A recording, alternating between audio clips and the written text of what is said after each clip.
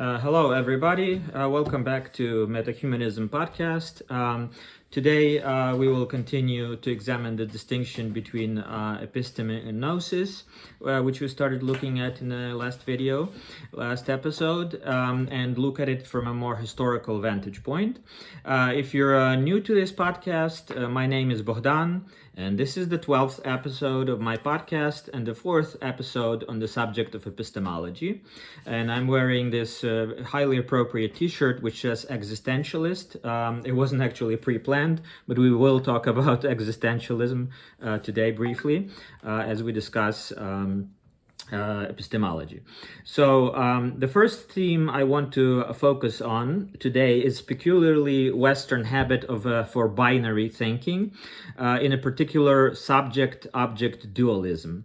So just to be clear, I'm talking about just the binary thinking, thinking in oppositions, just to give you some examples, like gnosis and episteme, the distinctions we were making, last time and in this episode. Faith versus knowledge, faith versus reason, reason versus emotion, mind versus body, matter versus spirit, nature versus nurture, good versus evil, man versus woman or male versus female, Occident versus Orient, North versus South, city versus country, and so on. We can go on, even down to points like wet versus dry, cold versus hot, dark versus light, and so on. So, you see these binaries, right? And there is nothing wrong, nothing inherently problematic with the binary thinking as such, because it highlights certain oppositions that exist in the world itself around us. So it has some reality, some being. That's why these oppositions exist in thinking as well. But the problematic nature lies in this peculiar habit within the Western philosophical tradition, which is really not existent anywhere else. No major other alternative traditions, non-Western philosophical traditions, reach that level of essentializing these oppositions into dualisms. So there are dualities. The difference between duality is ITY, duality, and dualism, ISM, dualism. The duality means there is an opposition and there is interplay of these two different principles, let's say. And that's, you can think of Eastern yin-yang symbol, of Taoism. That's also the same idea, dark, light, wet, dry, cold, hot, and so on, and that's why it's all in one symbol, dark and white or black and white in terms of colors, and there's a little bit of each in the opposing. So darkness has a little bit of white in it, and white has a little bit of dark or black in it. So same thing here, that they interpenetrate and they interact. That's the idea in Taoism, is they're not separate. In Western thought, there is this tendency to separate them and essentialize them, saying that each of them is separate essence. Good is separate from evil. In West, there is that tendency to separate man is separate from woman, meaning that they're just different, completely different, and there's no intersection, no middle ground between the two. Dualism, instead of duality. And that's very peculiar, and that's really only characteristic of the Western philosophical tradition, and it's deeply problematic because it also introduces hierarchies to these dualisms, privileging one of the terms over the other. While, let's say, in Taoism, yin and yang, they interact and they're equal and they're on the same footing. When you create a dualism, it's very easy to privilege one of the terms, let's say light over darkness, or man over woman, right? Or Occident over Orient, or North versus South, or city versus over country, or good over evil, nature over nurture, and vice versa, matter over spirit, or vice versa, depending on which side you pick. So these hierarchies not necessarily are go only one way. Some people can privilege one over the other, but once you separate these into dualisms, it's very easy that these hierarchies can be established in thinking as well, and that's the problem, not the existence of dualities as such. So to go into historical overview, this whole started in before the classical Greek philosophy, in pre-Socratic philosophy. Heraclitus was, I already mentioned him in my early videos. He was the philosopher of constant flux in the universe, and he saw universe as constantly changing and being in flux. So he already highlighted binary oppositions and tensions as the dynamic core of reality. So he was the one who pointed that out. And again, that's not problematic. Pythagoreans, also another school of pre-Socratic philosophy, they were very focused on math, and that's why the theorem of Pythagoras is well known, the triangle and so on. But mathematics was part of their philosophy, and they explicitly organized the cosmos through a table of opposites. Pythagoreans did. And so, for example, limited versus unlimited, odd versus even, male versus female, and so on. And so they shaped their cosmology based on these structured dualities. Okay, again, not a problematic thing to do as long as you don't essentialize and separate them. So Plato, then, in the classical period of Greek philosophy, intensified this binary logic through his theory of forms. He was the one who really introduced the original dualism between the world of appearances and the world of eternal ideas of forms. And he suggested that that they're separate worlds, and we can't really access this separate world of forms. The only way we can access is by using our reason, our mind, and so he created this metaphysical hierarchy, privileging stability, this world of ideas over the world of appearances, and so stability over flux. So he reversed Heraclitus in a sense, being over becoming, soul over body, reason over emotion. Okay, so that was the first real introduction of dualism in Western thought. However, knowledge was still seen as participation in truth, and so not as subject observing an object. So the subject-object dualism did not exist back then. There was dualism in terms of metaphysical worlds, of world of phenomena or appearances, and world of essences or ideas. And the way to access that other world was through using your reason, right? So privilege of reason over emotion. Then Aristotle tried to naturalize. So Aristotle is in many ways seen as a proto-scientist, first philosopher of science who created the categories that some of which we still use in categorizing disciplines of science. And he tried to naturalize some of these categories of Plato through a more systematic epistemology, logic, and theory of substance. But he still operated with structured oppositions such as actuality versus potentiality, form versus matter, substance versus accident. He theorized that mind grasps universal forms in particular objects, but still without a strict subject-object dualism, right? So still no separation between subject and the object. Now, in medieval scholasticism, which developed from subsequently in the Middle Ages, these binaries were theologized. So they were obviously read in the context of theology and Christianity and religion. So good versus evil, soul versus body, divine versus human. Obviously the first term, good, soul, and divine, was privileged. And So there was a very strict hierarchy and subordination this pattern was later deconstructed by a post-structuralist and postmodernist philosopher Jacques Derrida, and we'll talk about him in a minute. So that was medieval times. Then in Renaissance, humanism, which was transitional point between Middle Ages and the modern philosophy.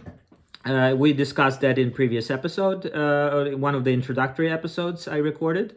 So classical Renaissance thought still maintained connections to the medieval and theological worldviews, and it placed human beings at the center of knowledge and value. And thinkers they kind of tried to question these hierarchies established in the Middle Ages, like divine over human. That one, let's say, for example, they questioned whether that was the correct way to look at it exactly, to privilege divine so much over human, and they centered human a little bit more. And so thinkers like Petrarch, Erasmus, Thomas More, Pico della Mirandola, they all emphasized rational autonomy, reason and free will, mastery over nature, so observation, study, shaping of the world, and anthropocentrism, so human-centered perspective. The implications of this worldview, of this humanist worldview, was that it solidified human as a subject and the world as an object. Okay, so it already implied, it wasn't very explicit still yet, but it was already implied a knowing rational subject that stands apart from nature. Just by focusing so much on human, and it saw science, ethics, and the arts as domains where this subject brings meaning to an otherwise neutral or chaotic world. So that was the perspective of humanism. And so this kind of perspective then was taken further by Descartes, and that was sort of the beginning of the modern philosophy. Descartes in the 17th century, he represented the most clear historical break in this term of subject-object dualism, because he was the one who introduced, René Descartes, who introduced his famous mind-body dualism, or the same as subject-object dualism, really. He called his famous phrase, cogito ergo sum, Latin phrase, I think, therefore I am. Basically distinguished between res cogitans, or the thinking thing, and res extensa, or extensive thing, meaning body. So his mind, he thought it was something that thought. He knew that he thought and he existed, but his body, it was an object to be thought about. So it was separate from the mind, and that's how this dualism got introduced. And he separated the two quite dramatically, metaphysically, saying that they have different natures, different origins, and they are not of the same substance. And so this separation between the subject and object of knowledge, that's the foundation for modern epistemology and the scientific method, really. His emphasis on clarity and distinctness of thought, that it had to be true. To be true, it had to be clear and distinct. It became this rationalist paradigm that is still much present in our today's life. And it deeply influenced the Enlightenment thought and the rationalism of it, and the liberals' definition of liberal subject within the liberal ideology. So, and I'm talking about liberalism, classical liberalism, not in American, purely American terms, political terms. So he posited a separate, autonomous, independently existing subject doing the perceiving, and an equally separate, autonomous, and independently existing object being perceived, right? So to summarize. Next step came in the 18th century with the Enlightenment. One of the most prominent figures here is David Hume. But John Locke is also important, but I do want to focus on Hume here. The empiricist tradition of thought. So these thinkers within this tradition critiqued rationalist assumptions. They did not question the basic subject-object divide, however. So they worked within that paradigm already. Most famously, David Hume defined a method of moderate skepticism. He thought like skepticism in ancient Greece, Pyrrhonic skepticism was excessive, where all reality was questioned and only mind, and they believed that only mind exists and there is no separate objective reality. So he considered that to be excessive skepticism, and he defined his point of view as moderate skepticism, empirical skepticism, and he quite radically critiqued metaphysical assumptions of rationalism, including such notions as causality, reason and rationality. He questioned the ability of reason to access true knowledge as much as rationalists believe, and the idea of a stable self. He also questioned that. So he thought that he kind of, in some ways, he was returning to the points of Heraclitus, that things are more fluid and changing than Plato asserted, and then future philosophy picked up and continued to develop, and Descartes as well, the dualistic way of thinking. So his philosophy was deeply concerned with the human condition. He wrote a book called Treatise on Human Nature, Treatise on Human Nature, I'm sorry. He was concerned with morality and religion. He critiqued religion a lot, with nature of reality and knowledge. He wrote a lot about that as well, influential in that sense. But he grounded his philosophy in psychology, in emotion and sentiments, and observation and nature. Okay, so he was more on that side of the debate, so to speak. Then next came Immanuel Kant, very obviously known and critical philosopher in the tradition, Western tradition, not just epistemology, but basically Kantian philosophy could be seen as an epistemological term in addition to Descartes, but Kant kind of tried to epistemologize everything, meaning he subordinated everything to reason, to knowledge, studying knowledge. So in light of David Hume's critique of reason, Immanuel Kant set out to rescue reason from that critique. And so he worked to reconcile empiricism and rationalism in his philosophy, but he didn't eliminate the Cartesian binary split between subject and object. He instead reframed it in transcendental terms. Transcendental meaning studying the very conditions of possibility of real knowledge. That's what transcendental means. And transcendental philosophy, which Kant defined it as such, that's what it means. Conditions of possibility for existence of real knowledge, and so on. And so he distinguished between a priori, independent of experience, knowledge, and a posteriori knowledge, or empirical empirical knowledge. Kant privileged discursive knowledge and thought, so rationalist approach, and he thought that true intellectual intuition or insight was impossible. So he maintained, just as Plato, he argued that there are two worlds, one of appearances and one of things in themselves, or noumenal world and phenomenal world. And we cannot really, our reason or our mind cannot access the noumenal world of things in itself at all. While Plato thought you could access that world by using your reason, Kant actually said, no, we cannot know things in themselves. We can only know how they appear to us. So our mind only knows the phenomena. That was his contribution. And so this obviously effectively deepened the epistemological binary or dualism between appearance and reality, between phenomena and essences, right? Or noumena, as he termed them. Next, so from Kant, German idealism developed as a tradition, and It culminated in a way in Georg Hegel, who complicated these binaries. He didn't eliminate them, but he applied dialectical thinking. Dialectics was the method developed by Plato. It was an analytical method he used in his philosophy. It's kind of dialogue and in examining the opposites.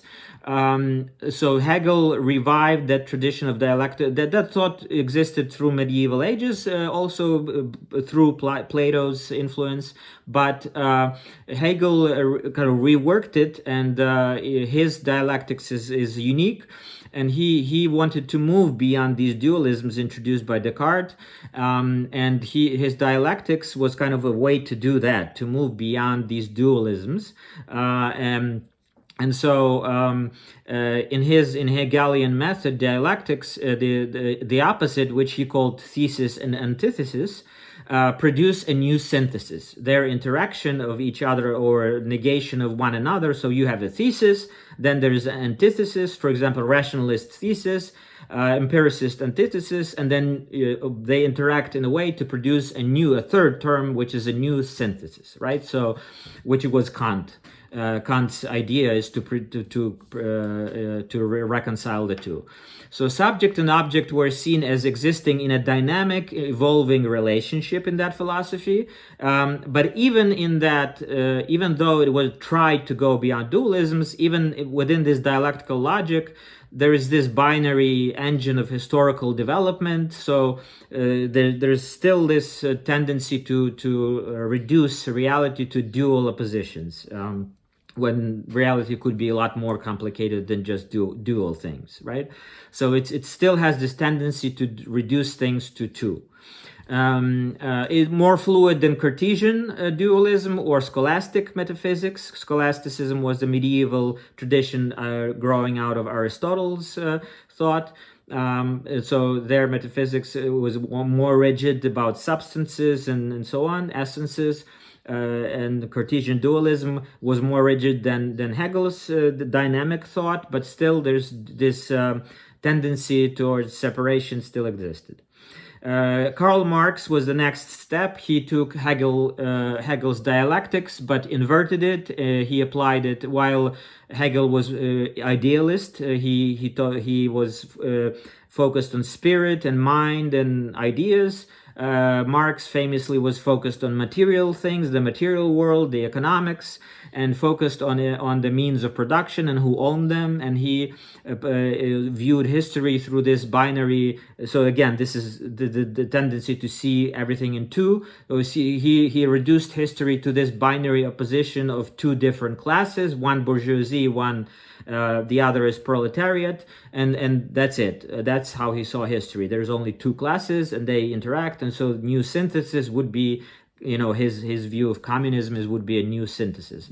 Capitalist bourgeoisie and the proletariat, communist proletarians interacting to produce something new. This stateless society is obviously, that's how he philosophized. Structuralism was the next step in the development of thought in the early 20th century. This was a philosophy of language emerged by that time, and the structuralism was one dominant trend within that philosophy of language. Ferdinand de Saussure, French philosopher, in linguistics, Claude Lévi-Strauss in anthropology, also French, and Roland Barthes, again French, in literary theory. These three, there are more, but these are very foundational figures. So literary theory and semiotics for Roland Barthes. And they treated binary oppositions as part of unconscious scaffolding defining our language and culture. So for like hot and cold, male, female, culture, nature, like these oppositions, they saw them as structures that are built into our unconscious, and that they define our realities. And so this is kind of top-down look at society and the structures. And then the next step was post-structuralism. So the structuralist move provided this target for post-structuralists to critique, especially Figures like Jacques Derrida, I already mentioned the deconstruction, Michel Foucault, and Gilles Deleuze are some of the famous names in that postmodernist and post-structuralist tradition. So that they're slightly distinct, postmodernism and post-structuralism, but they're very closely related. Post-structuralism is specifically focused on language and social structures, and postmodernism is more about, I made philosophy of science and narratives, and so it's more aesthetic theory. So a slight distinction between the two. And so they saw these binaries as doing metaphysical violence because of these hierarchical understandings. They actually do metaphysical violence, and they exclude difference, they exclude multiplicity, reducing everything to just binaries, and exclude becoming and privilege being, some static being, and rather than dynamic becoming or flux, like in terms of Heraclitus. So Jacques Derrida deconstructed these binaries by showing that they are hierarchical and have internal contradictions, which are irreconcilable.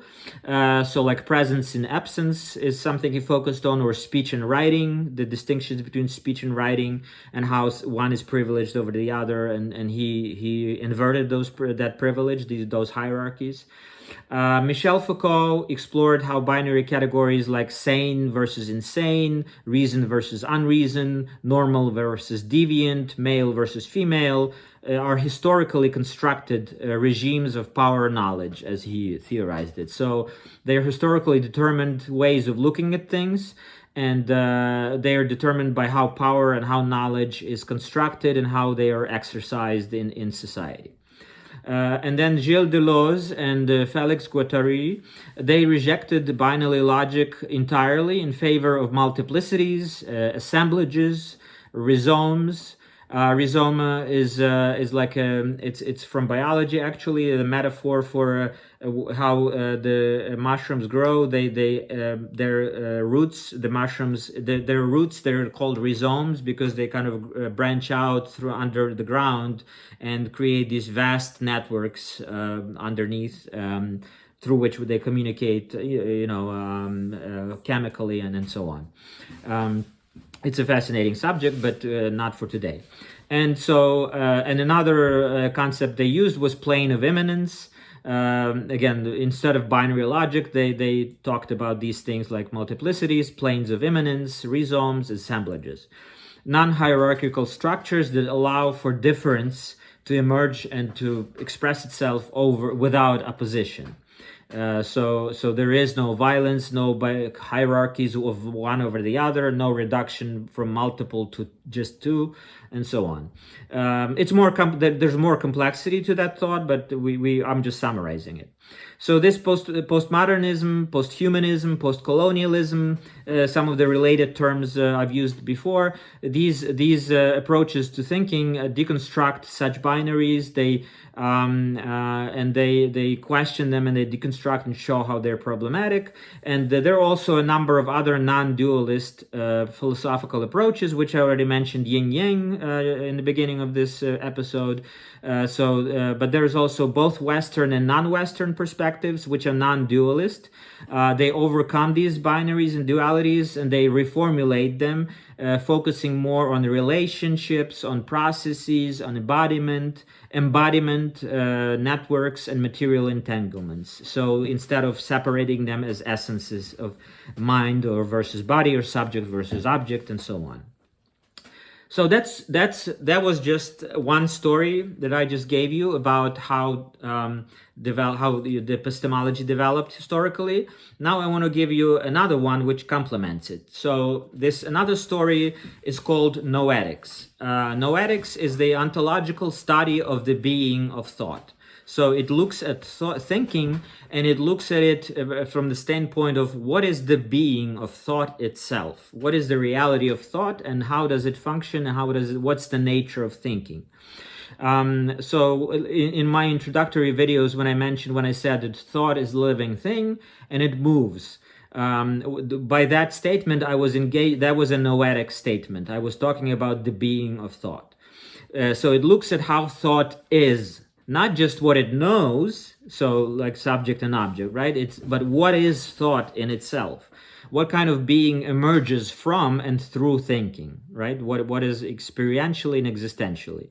It cuts, so noetics cuts across metaphysics, gnoseology, and epistemology, and engages both the inner architecture of consciousness and outer architecture of the world construction in our by the consciousness, right? So we are revisiting here this distinction between episteme and gnosis, which we made last episode, and we begin discussing how Western. So I want to highlight how Western philosophy approached the subject-object relationship prior to Cartesian dualistic split a bit more explicitly. I already mentioned it, but I want to focus on it again from the standpoint of noetics and attempt to reconcile this split. Subsequently, after Cartesian dualism was introduced, I already again highlighted it in some ways, but as I showed, until very recently, until post-structuralism, the mainstream Western epistemology was unable to overcome that dualism, and even today there's still too many people who don't understand the difference. The modern neuroscience itself, science is recognizes this dualism, and Descartes. There's a book called Descartes' Error. That written by a neuroscientist called Antonio Damasio, American one. So modern contemporary science and philosophy recognize that there is a issue with dualisms, but still a lot of people think along those ways, and it's still present in our daily life because it has defined Western history so deeply that it's hard to overcome. So to quickly recap the distinction between gnoseology and epistemology, again, epistemology oriented more towards rationalism, justification of knowledge, more analytical approach, logical analysis, linguistic analysis, discursive aspects of knowledge. Metaphysics, just to additional definition, which encompasses fields of study like ontology, cosmology, among others, many others, studies the nature and structure of reality and being. And then gnoseology was a more metaphysical way to approach knowledge than epistemology, and it was explored matters such as how knowledge is gained through intuition, through mystical knowledge, how the subject and the object co-arise, right? So this is we're looking at the subject-object dualism. So in gnoseology, there's an investigation about how they co-arise, how they interact. So it's not as dualistic, and how knowledge participates in being. Right, so that's knowledge is kind of a bridge between metaphysics and epistemology in a way, and then in this context, it is more likely to use non-dualist methods such as dialectics, which is a study of contradictions and overcoming binary oppositions in thought and reality. Phenomenology is another method, which is study of experience, a world of phenomena. And hermeneutics is a study of texts, meaning, and interpretations, and how they function. So gnoseology is more non-dualistic than epistemology tends to be.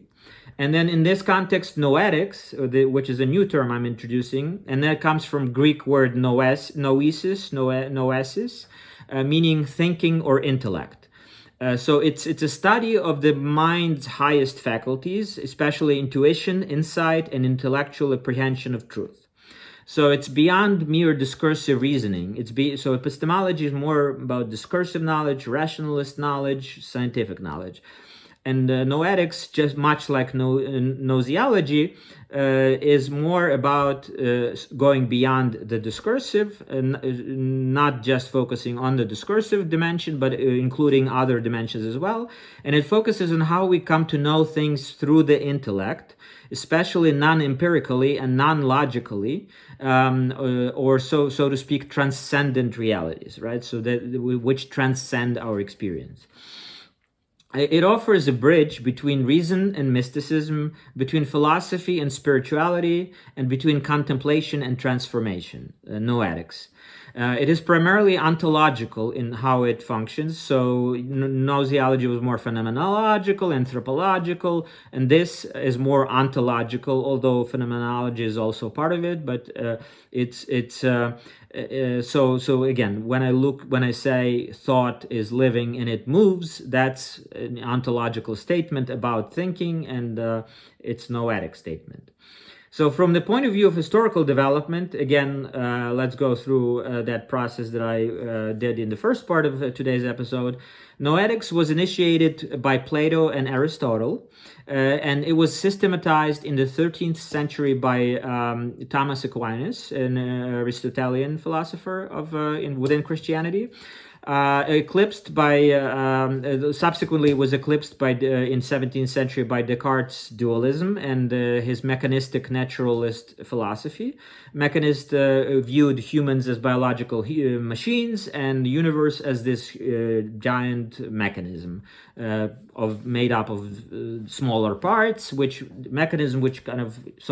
it functions as a mechanism, and you can understand it as a mechanism, and different parts make up a whole. So that was the idea.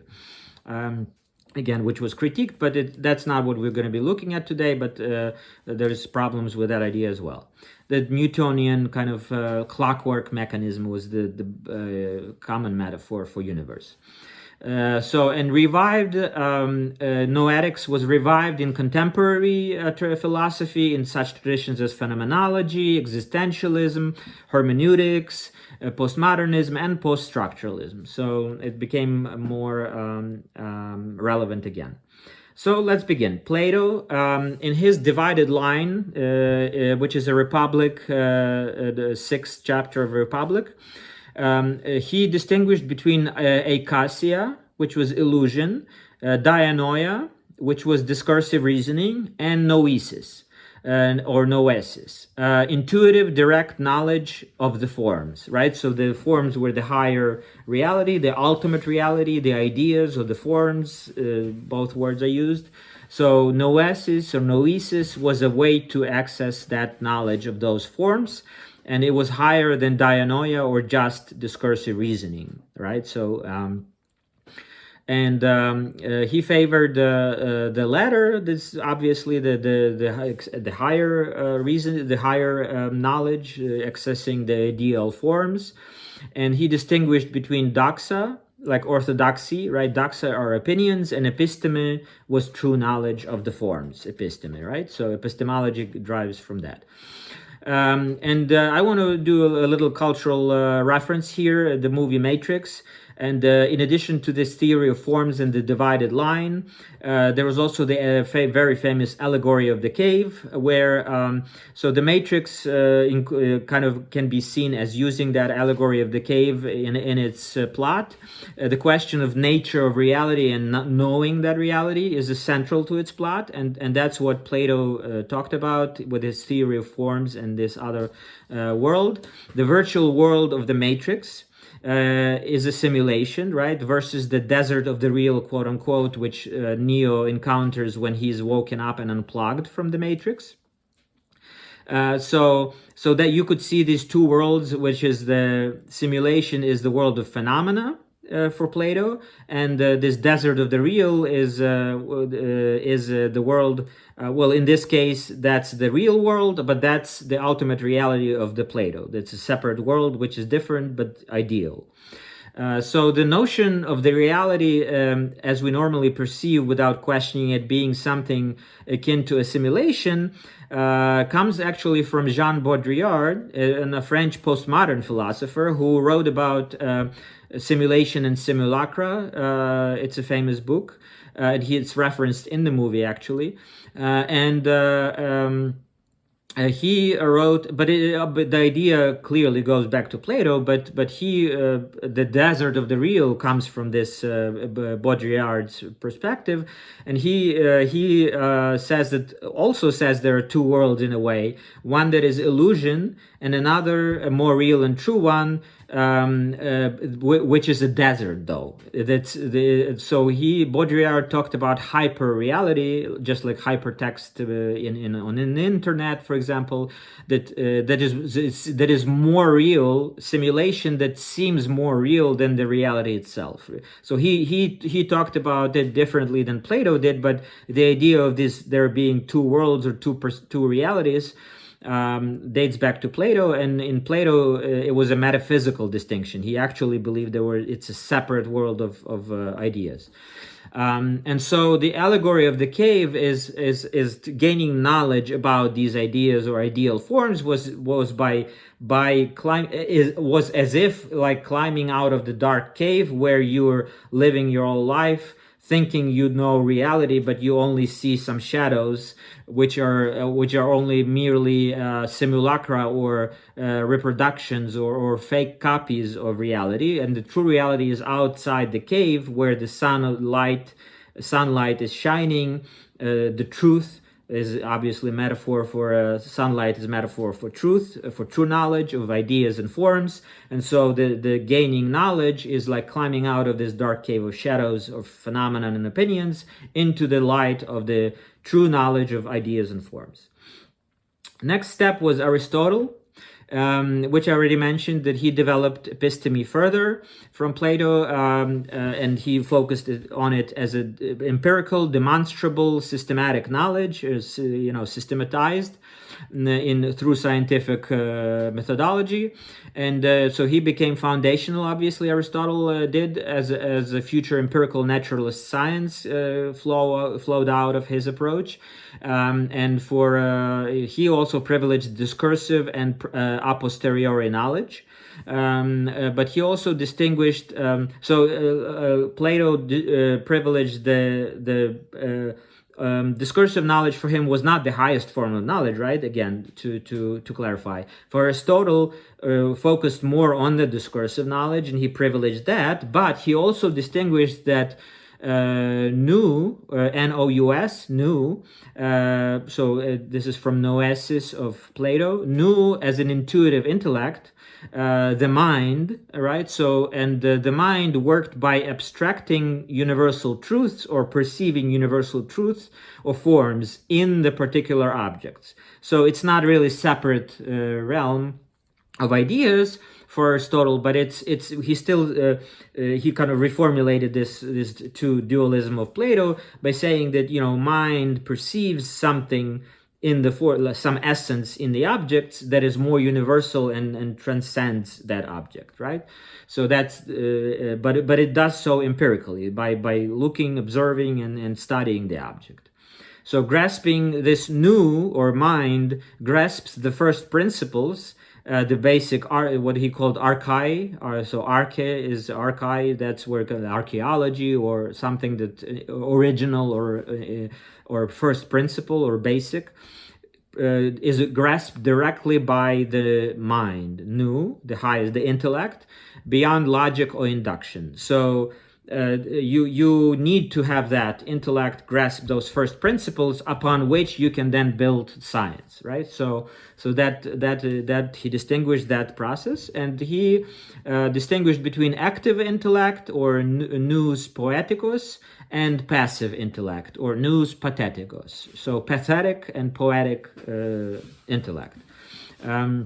And that division influenced further Islamic, Christian, and Jewish medieval thought.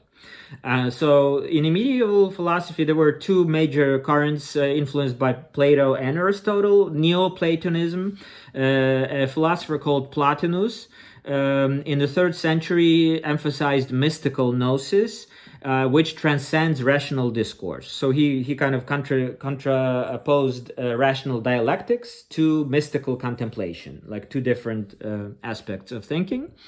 He developed Plato's and Aristotle's distinctions into cosmological metaphysics, where nous, or intellect, is a divine emanation from the One. It was not God in his thought, it was not Christianity, but it was the One. And this influenced the Christian theology, obviously, and also Christian mystical practices, like Meister Eckhart is a medieval philosopher known for mysticism, especially Orthodox tradition of hesychasm. And the Ukrainian philosopher Skovoroda, Grigory Skovoroda, is relevant here, and I'll examine his philosophy in the future episodes. So he views this tradition of Christian mysticism views divine knowledge as beyond logical reasoning and privileges gnosis over episteme, so gnosis and contemplation over discursive reasoning and episteme in an Aristotelian sense. So noetics becomes a way of understanding the quote-unquote eye of the heart. So the philosophy of the heart, which is Skovoroda in Ukrainian tradition is known for it, is a purified intellect or nous that can perceive divine through contemplation. Okay, so that's the approach. And another tradition, again existing in medieval ages and kind of competing with this Neoplatonism, was Aristotelian scholasticism.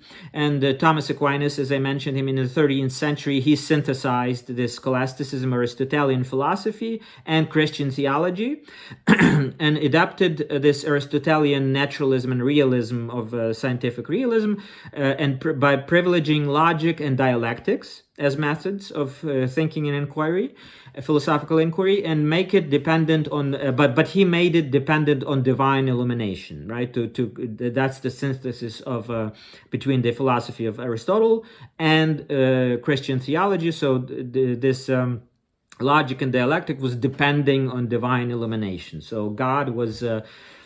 So the individual subject remained secondary to God and universal reason.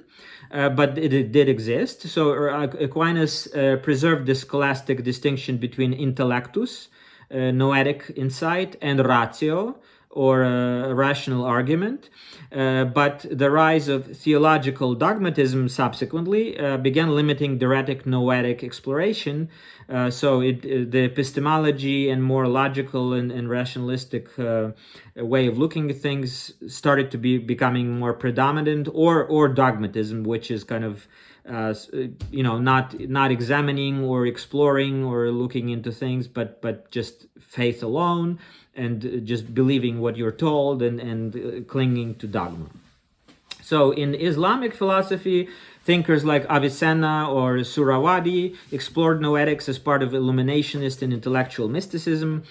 Jewish Kabbalah and Hasidic thought are also similar structures of inner gnosis, reflect this noetic process, even if it's not labeled in the same terms. Now, Renaissance humanism was the next step. Medieval scholasticism was dominated by this Aristotelian logic, focused on syllogistic reasoning, constructing arguments in a certain manner, and then subordinated the intellect to theological dogma. Renaissance humanism added noetics, kind of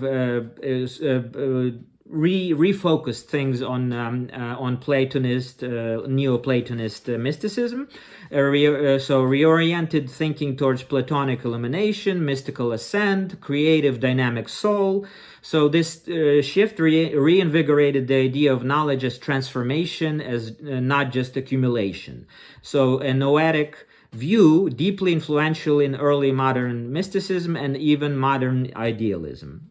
So that was a very defining moment. So Renaissance humanism played a great role in noetics. And then modern philosophy, again, there was a kind of eclipse with the rise of modern science. This return to noetics. The noetic faculties were actually, by modern science and by Descartes and dualism, were increasingly sidelined and spiritualized into mysticism, only exclusively as an enemy of reason, treated with suspicion by rationalists and empiricists, by both major traditions within the early modern philosophy. which Kant later would try to reconcile. So modern philosophy became progressively also more specialized, and separate fields of inquiry branched off into more autonomous disciplines, such as philosophy of mind in 17th century, which is kind of, you can see Descartes was the one who elevated mind as something existing independently from the body.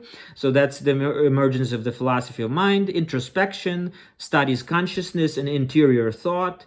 Descartes was a leading rationalist. John Locke was the leading empiricist, and then I mentioned David Hume already in the empiricist tradition was an influential one. And the nature-nurture binary also kind of today we recognize both nature and nurture are important, but back then it was a debate between those sides. Next was philosophy of religion, emerged in 18th century. It studied mystical and intuitive knowledge. Philosophers like Kant, Schleiermacher, and Kierkegaard are important here. I won't go into details, that's a separate issue, but just know that it emerged in the 18th century more as a separate kind of approach, a problem for philosophy, looking into religion and religious thinking. Philosophy of language emerged in the 19th century, studying meaning, exterior communications, as opposed to interior introspection and thinking. Reference, referring how language refers to things. Gottlob Frege is a founder of the analytical tradition of philosophy of language, and Ferdinand de Saussure, which I mentioned, the structuralist philosopher, he was the founder of the continental tradition of philosophy of language. Next to discuss is Romanticism. It was a movement, aesthetic and philosophical movement in the 19th century. Thinkers and poets like Coleridge and philosophers like Schelling and Hegel, they wanted to restore intellect as a faculty of synthesis and insight beyond analysis. So to correct Descartes' and scientific depreciation of intellect and noesis. So Hegel and Dialectics and his idea of the absolute spirit, and then Marxist and inverted the spirit and matter, the dualism. So they synthesized discursive and intuitive knowledge, and they saw dialectical thought as superior to just logical or empirical inquiry. So dialectics was privileged by them. So it's still a top-down view of society and the world, and it has some affinity for structuralism, this dialectical method, because it kind of privileges looking at overarching processes in society and privileging that view over the immediate experience of individuals. And so dialectics is also, as I said, it's a study of contradictions in thought and possibility of overcoming these contradictions. And Heraclitus, just to again refer to Heraclitus, was the one who initially developed dialectics. This method of reasoning, and Plato was instituted it systematically into philosophy.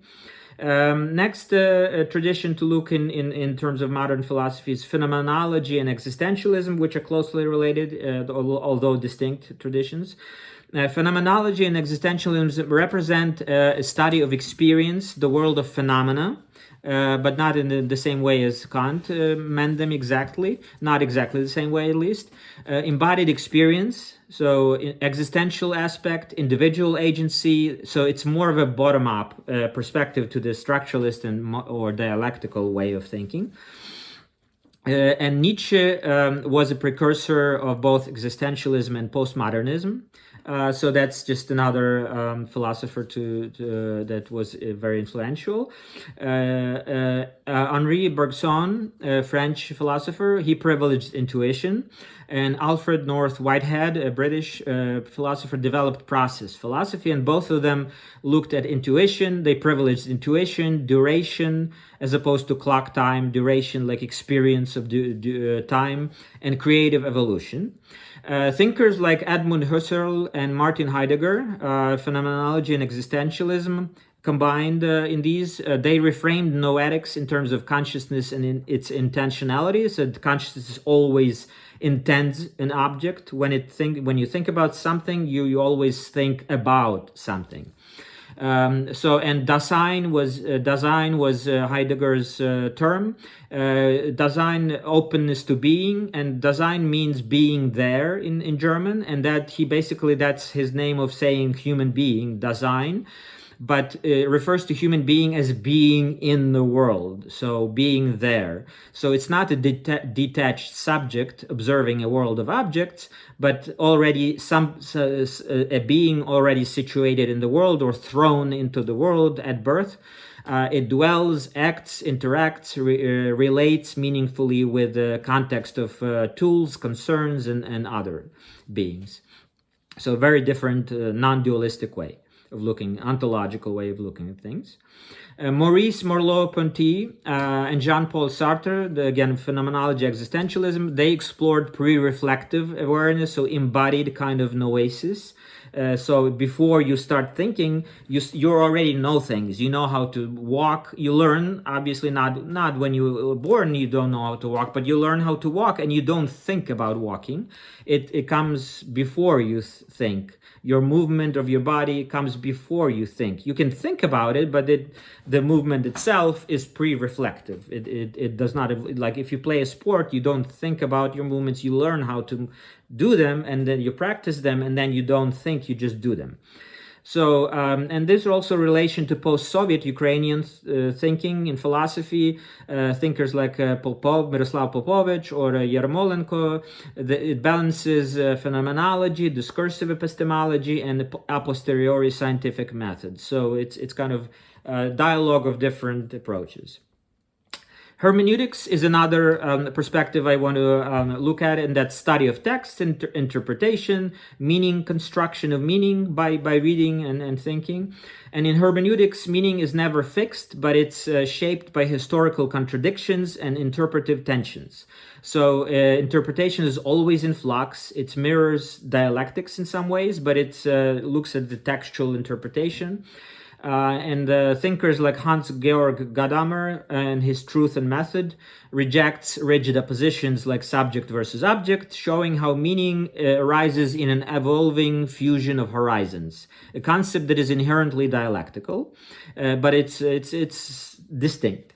Paul Ricoeur incorporated dialectical elements as well in his hermeneutics, showing how interpretation is shaped by tensions between alienation or distorted meanings and recovery or reconstructing meaning in a new context.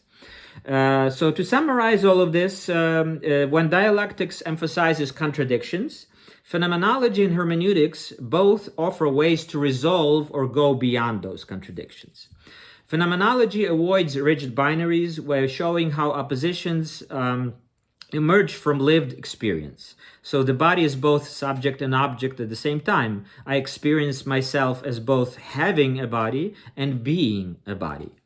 Hermeneutics overcomes dialectical tensions through interpretation. So instead of resolving contradictions by synthesis, as Hegel argued, it keeps meaning open-ended, allowing for reinterpretation over time. So it changes, it's fluid. It's not so rigid as to constantly go from thesis, antithesis, synthesis. Thesis, antithesis, synthesis. No, that's not how things work. It's more multiple.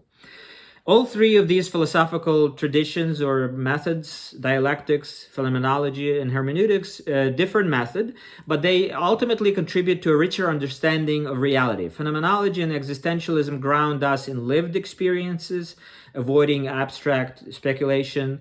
Dialectics shows how contradictions drive transformation, avoiding static descriptions, more dynamism, introducing more dynamism into thinking. Hermeneutics keeps meaning open-ended, avoiding rigid conclusions.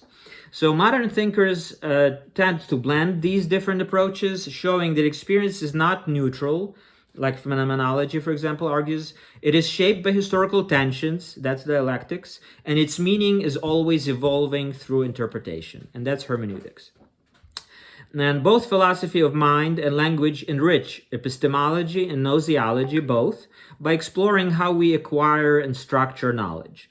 However, philosophy of mind focuses on the mechanism of thought and consciousness, and philosophy of language focuses on how knowledge is expressed, shaped, and possibly constrained by language. So slightly different focuses of these two disciplines or fields of inquiry within philosophy, but both these branches and epistemology or gnoseology, they all kind of combine today in contemporary terms, combine different methods like dialectics, hermeneutics, and phenomenology. I think that's a good place to stop for today. And now there is I posted a question or poll for people to say how I should proceed with my, what I should explore next. So I have some ideas already where I would like to move, but I would like to get some feedback from my viewers and listeners. So please do go to my YouTube channel in the community. I've made a post, a poll, and please leave a comment if you have other ideas that I didn't mention, and vote, and so I can see what you're interested in. Thank you very much. As always, please support Ukraine. If you don't support yet, support my channel, like, share, at the very least, comment, engage with me, with my content. And I will see you next time. Thank you very much.